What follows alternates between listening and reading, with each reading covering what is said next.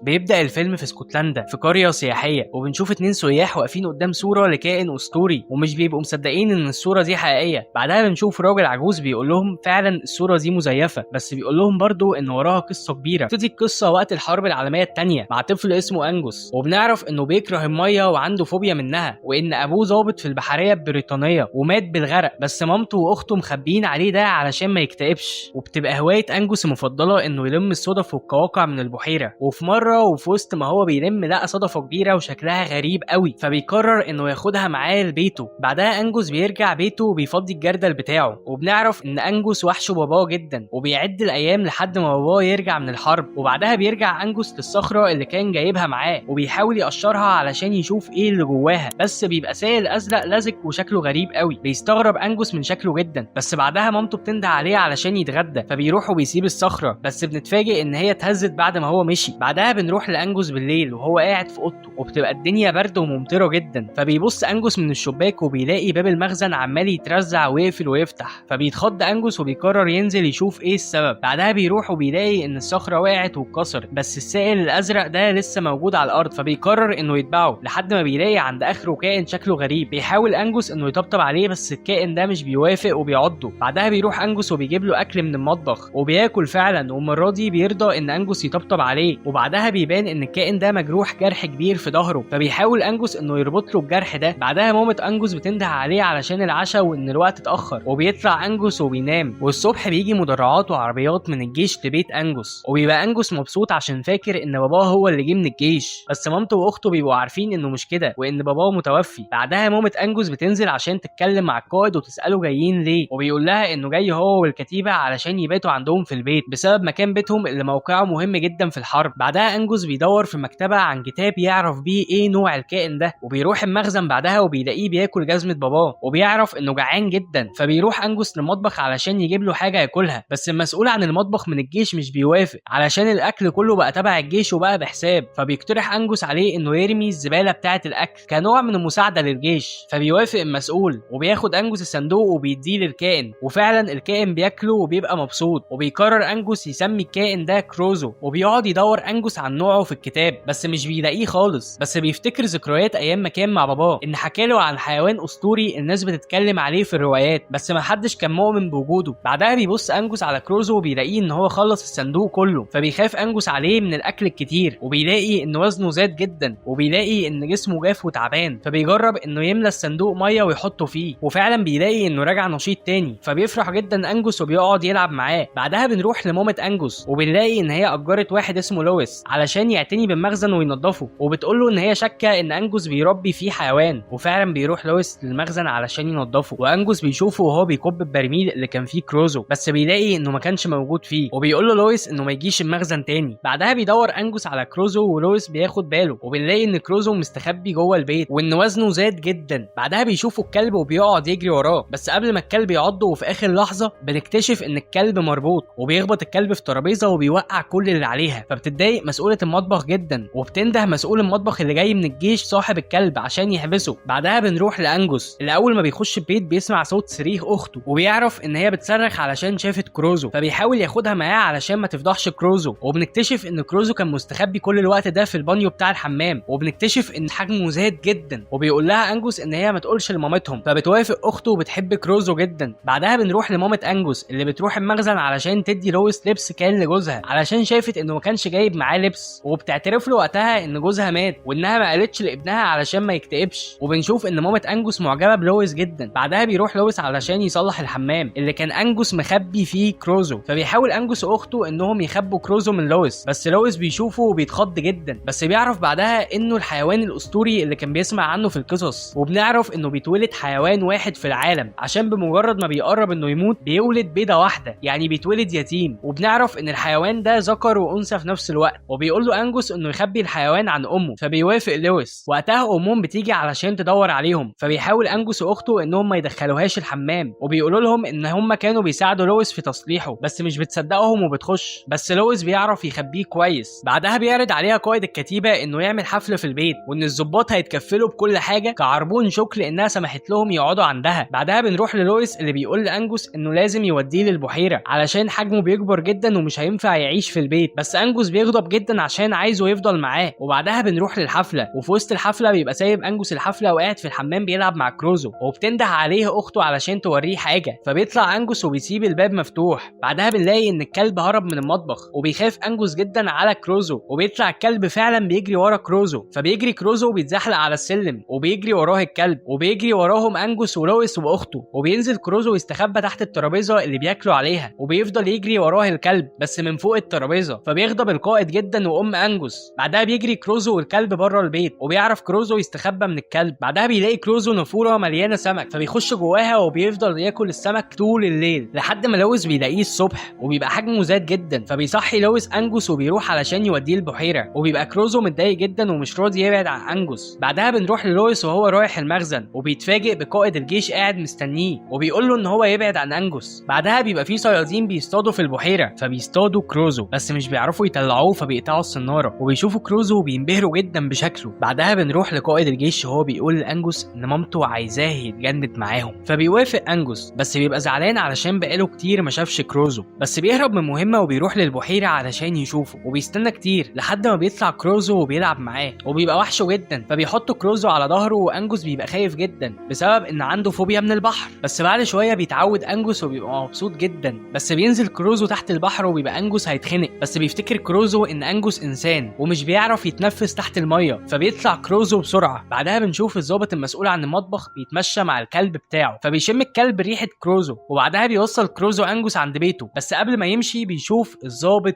كروزو. بعدها بنروح لانجوس وهو قاعد مع اخته ولويس وبيحكي لهم عن اللي حصل. بعدها بتشوفهم مامة انجوس وهم قاعدين وبيلعبوا، وبيبان قد ايه هي معجبه بلويس، وبيشوفها لويس وبيجري وراها وبتتكلم معاه وبتشكره عشان كان بقالها كتير قوي ما شافتهمش فرحانين كده، وبتساله هو اتصاب ازاي، وبيحكي لها انه كان ضابط في الجيش اتصاب برصاصه كانت هتقطع دراعه، عشان كده بيكره قائد الكتيبه. وبيبقى بيشوفهم انجوس واخته وبيبقوا مبسوطين قوي، وبيتفرج عليهم برضو قائد الكتيبه ومتضايق علشان كان معجب بيها، وبيعرف وقتها من مساعده ان لويس ده كان بطل حرب وكان في البحريه البريطانيه. وبيبقى بيحكي الصيادين اللي اصطادوا كروزو عن كروزو في البار، ومش بيبقى في حد مصدقهم، بس بيبقى في صحفي عايز يصور كروزو وبيبقى مهتم جدا بقصتهم ومصدقهم. بعدها بنروح لقائد الكتيبه وبيبقى واخد معاه انجوس واخته ومامته علشان يوريهم اهميه شغلهم وعلشان يثير اعجاب مامة انجوس، بس بيبقى عايز يحدف صواريخ في البحيره، فبيقول لانجوس لمامته عن كروزو ومش بتصدقه، فبيجري كروزو ناحيه المدفع وبيحاول يخليهم يوقفوا، وبنشوف وقتها كروزو وهو بيلعب تحت الميه والصواريخ بتضرب جنبه بالظبط، فبيزعق انجوس جدا لقائد الكتيبه وبيقرب من المدافع، فالكابتن بيزعق له جدا. وقتها مامة كروزو بتفقد احترامها للكابتن. بعدها بنروح للصحفي والصيادين اللي بيحاولوا يصوروا كروزو باي طريقه، بس مش بيطلع كروزو علشان يصوروه، فبيزيفوا الصوره، وبنعرف ان هي دي الصوره المزيفه اللي متعلقه في المتحف اللي شافها السياح الاجانب وكلموا الراجل العجوز. وبعدها بنشوف الضابط اللي شاف كروزو بيقرا الصحف وبيشوف الصوره المزيفه وبيتاكد من وجوده، فبيعوز ضابط سايكوباتي منهم ان هو يقتله. بعدها بيروح كروزو ولويس علشان ينقلوا كروزو للمحيط علشان يبقى بعيد عن الضباط، فبيطلع كروزو وبيبقى شرس جدا بسبب اللي عملوه فيه والصواريخ اللي حدفوها جنبه، بس بيحاول يطمنوا انجوس، بس كروزو بيفتكر اللي حصل فيه وبيحاول يقتل انجوس، بس لويس بيلحقه في اللحظه الاخيره. بعدها بنشوف الضابط السايكوباتي هو بيحاول يدور على كروزو علشان يقتله، وبيعرف انجوس وبيحاول يدور عليهم قبل ما يعملوا فيه حاجه. بعدها بنشوف كروزو وهو بيهجم على المركب بتاعتهم وبيطلب ضابط منهم النجدة علشان الكتيبه كلها تيجي تلحقهم، وبيقعد يضرب الضباط عليه النار لحد ما كروزو بيضرب المركب وبيقلبهم كلهم. وبعدها كروزو بيمسك الضابط وكان هيقتله، بس انجوس شافه وراح علشان يوقف كروزو، بس الضابط السايكوباتي بيشوف الموقف وبيطلع مسدسه، ولويس بيحاول يوقفه بس بيخبطه بمسدس وبيغمى عليه، وبيحاول يضرب كروزو بمسدس بس المسدس بيطلع فاضي، فبيهرب الضابط السايكوباتي. وانجوس وهو رايح بيقع في البحيره وبيغرق، بس كروزو بيشوفه وبيرمي الضابط على الجزيره وبيدور على انجوس لحد ما كروزو بينقذ حياه انجوس وبيطلعه على الجزيره. وبعدها لويس بيفوق وبيحاول يفوق انجوس وبيفوق فعلا. وقتها القائد بيجي مع